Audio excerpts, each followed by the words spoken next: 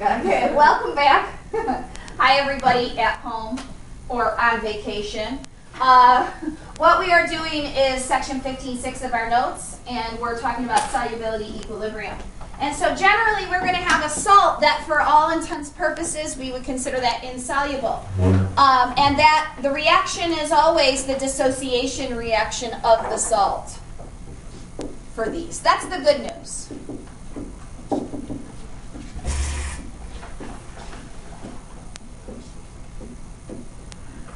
And I guess it makes sense that it's the dissociation of an insoluble salt. Otherwise, it would be a dissociation to completion, and this would not be an equilibrium problem, right?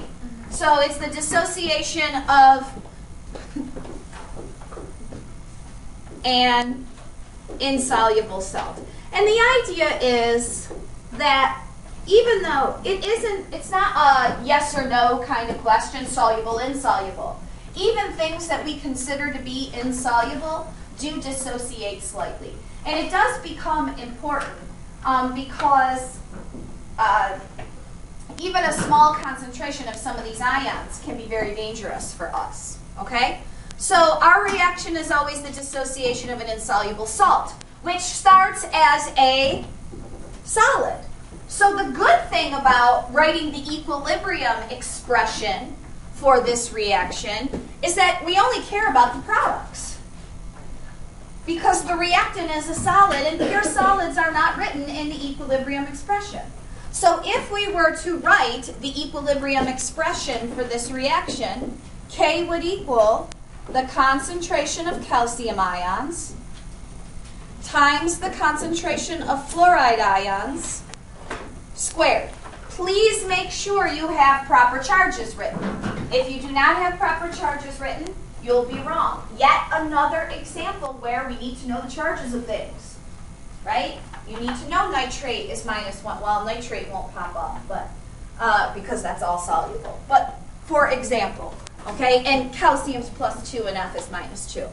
So we call this expression, this equilibrium expression for the dissociation of the insoluble salt, we don't call it Ka, because this certainly isn't an acid. We don't call it Kb because it's not a base. We don't call it Kp because we're not involving pressures. We don't call it Kc, although we could. We just use another more specific expression. Since it is for the solubility of a salt, we call it Ksp. It's called the solubility product constant because really it only depends on the products, doesn't it? It doesn't depend on the reactant because this is a pure solid and they are not written in the equilibrium expression.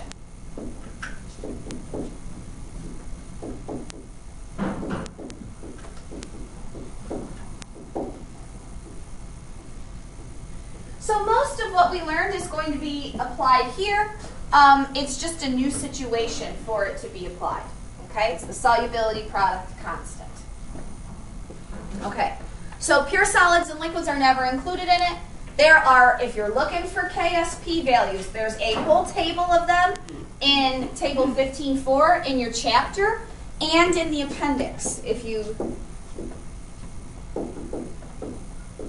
you've ever taken a look in the back in the appendix, there were acid values there, base values there. There's also Ksp values. Okay? So the first thing you have to be able to do is write dissociation reactions for a bunch of different things. So sample problem number 1 says write balanced equations for the dissolution reactions and the corresponding solubility product expressions for each of the following solids. Dissolution means dissolving, right?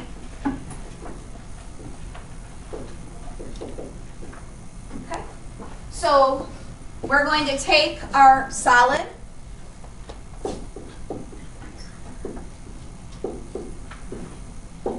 and dissociate it into Ag plus and C2H3O2 minus. I like to include the phases here because I find them helpful. If you're dissolving, you're producing aqueous ions, and you're starting with a solid. because then when I go and write my KSP will equal my concentration of silver ions at equilibrium times my concentration of acetate ions at equilibrium. But if you did not know the charge on acetate, you'll probably get this wrong. So that's why it's important to know your charges. Are you okay, Tony? Yeah. Okay. All right. Please do letter B and letter C on your own.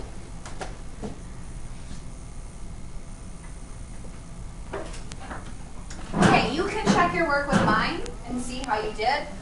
Again, we're not used to, or we've forgotten that we have to pay attention to coefficients now.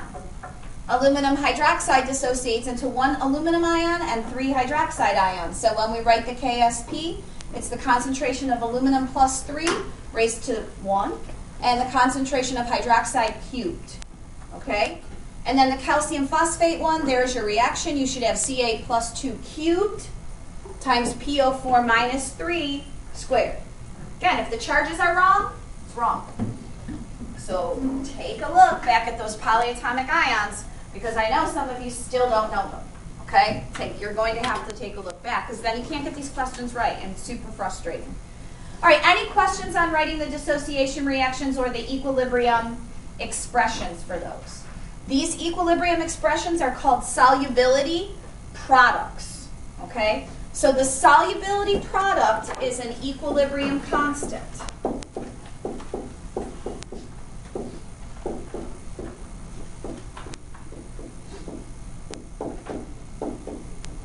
And it has only one value. It's a K.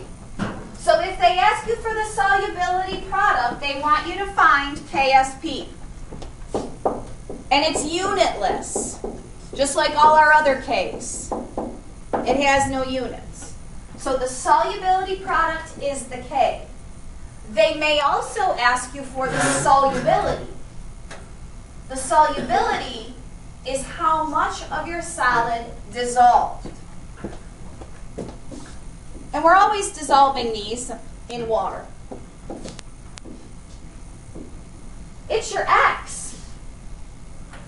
It's your X in the dissociation reaction, right?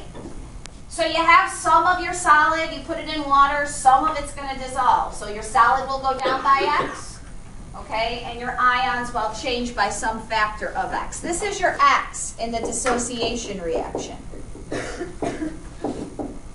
Not your 2X, not your 3X, your X. It's how much of your solid dissolves. It's an equilibrium position. And we can shift it, right? We can change how much of the solid dissolves in water by doing numerous things. Okay? Increasing or, well, changing the temperature depending on if it's endo or exothermic. Presence of a common ion, blah, blah, blah. So this is variable. It can change. Changing the temperature, changing the conditions. All right. So please be aware that sometimes they're going to ask you for solubility product. That's your K. Sometimes they're going to ask you for solubility. That's your X. Okay? It's confusing, the language. All right. Let's try an equilibrium problem with it. Calculating KSP from solubility. Copper 1 bromide has a measured solubility of 2.0 times 10 to the negative 4th moles per liter at 25 degrees. Calculate its KSP.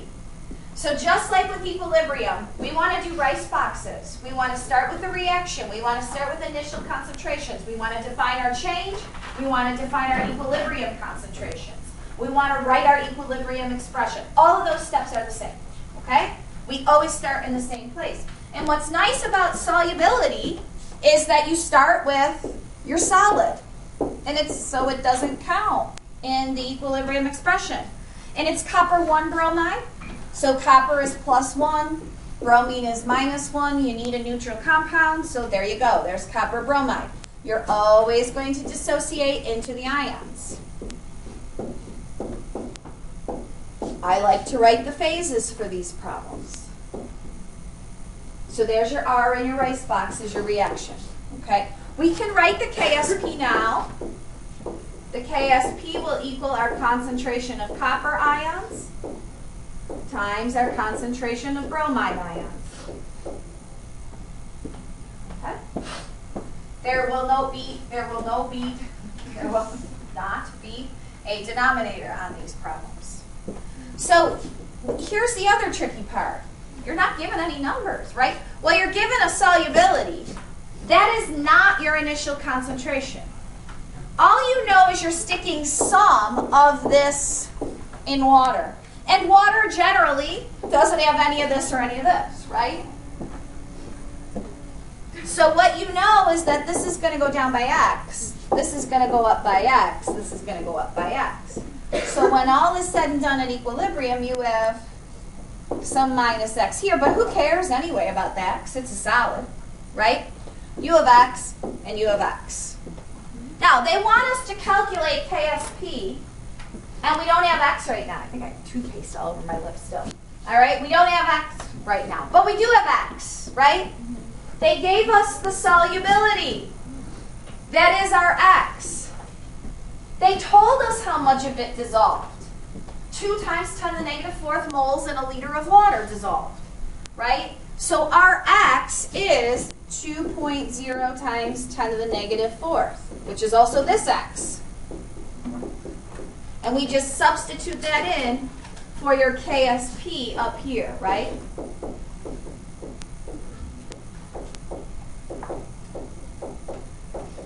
This is actually a problem they could ask you to do without a calculator.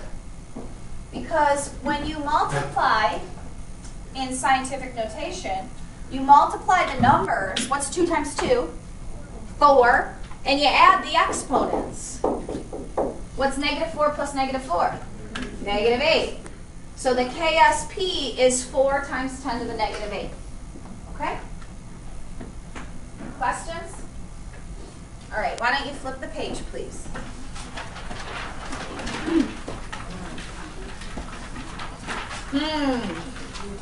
All right, we started easy. Now it's the same problem, right? We always start easy. That's how it goes. It'd be really bad if we started hard. It's the same problem, isn't it? Calculate the KSP for bismuth sulfide, which has a solubility of 1 times 10 to the negative 15. Can't we just say 0? No, we can't. You're not allowed to say 0. It's frustrating. It's frustrating. But I don't know, if you got that little bit of bismuth in you, you might die. So I guess it's kind of important to sometimes know this stuff. I don't know really. I can't even give you a real world example of this, why we need to know this. But we do. I can tell you it's testable. All right? I can tell you it's actually for barium salts, it's very important. Because barium is considered mostly insoluble. Many of the, like barium sulfate, which is what, if you go for an upper GI or a lower GI, they pump you full of barium sulfate. Barium sulfate is very dense, so then when they take an x-ray of your colon or your esophagus, they can see reflux, or they can see ulcers, or they can see diverticulitis, or whatever. They can see all kinds of crazy things going on with this barium sulfate. Well, generally, in your solubility rules, it's insoluble. But it's really not. I mean, it's insoluble, but some of it dissolves, which becomes important because barium's highly toxic. So we need to know how much of it's dissolving so you don't die from the procedure. So there's a real-world application for you, okay?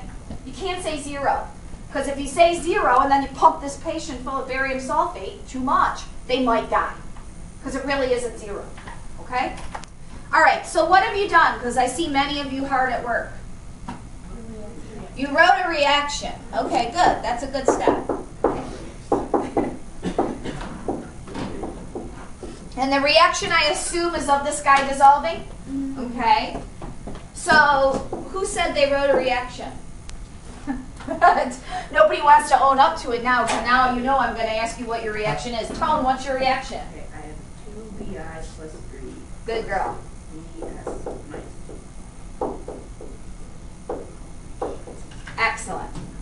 Oh my God. You don't like this KSP? Was that your... Yeah, that's really... I know. Well, the good thing thing is we can always assume x to be negligible. Yay. That's a good thing. Won't be using the quadratic in this one. It wouldn't matter anyway, right? If it was right Um, or not, you can't use Well, it. sometimes though, you're right here. But what if we were What if the- dissolving this in pure water? What if we were dissolving this in a solution of sodium sulfide, which already had some sulfur ions in it? 0.1 molar sodium sulfide. Do you see? So then you'd have 0.1 plus 3x. We could assume the x to be negligible here. That's coming. That's common ion. Okay, so your question is not far off. All right, so we're starting with some of this. You guys are like ahead of me here. None of that, none of that. So this is going to go down by x. Be careful. We're not used to this. The change line is where you must apply your coefficients. This is not going to go up by x. It's going to go up by 2x. And this is not going to go up by x. This is going to go up by 3x. So really pay attention to that change line in these problems. So at equilibrium, I don't care about you. We have 2x of this, and we have 3x of this. But they want KSP, so I better write its expression. KSP equals concentration of Bi plus 3 squared times concentration of S minus 2 cubed. All right, I hit a roadblock. I don't know my KSP, and I don't know those concentrations.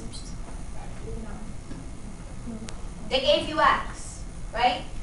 In the problem, they gave you your solubility. Remember what we said solubility was? Solubility is x, okay? So I can get my concentration of bismuth at equilibrium because it's 2 times x. So this concentration then is equivalent to 2 times 10 to the negative 15 at equilibrium.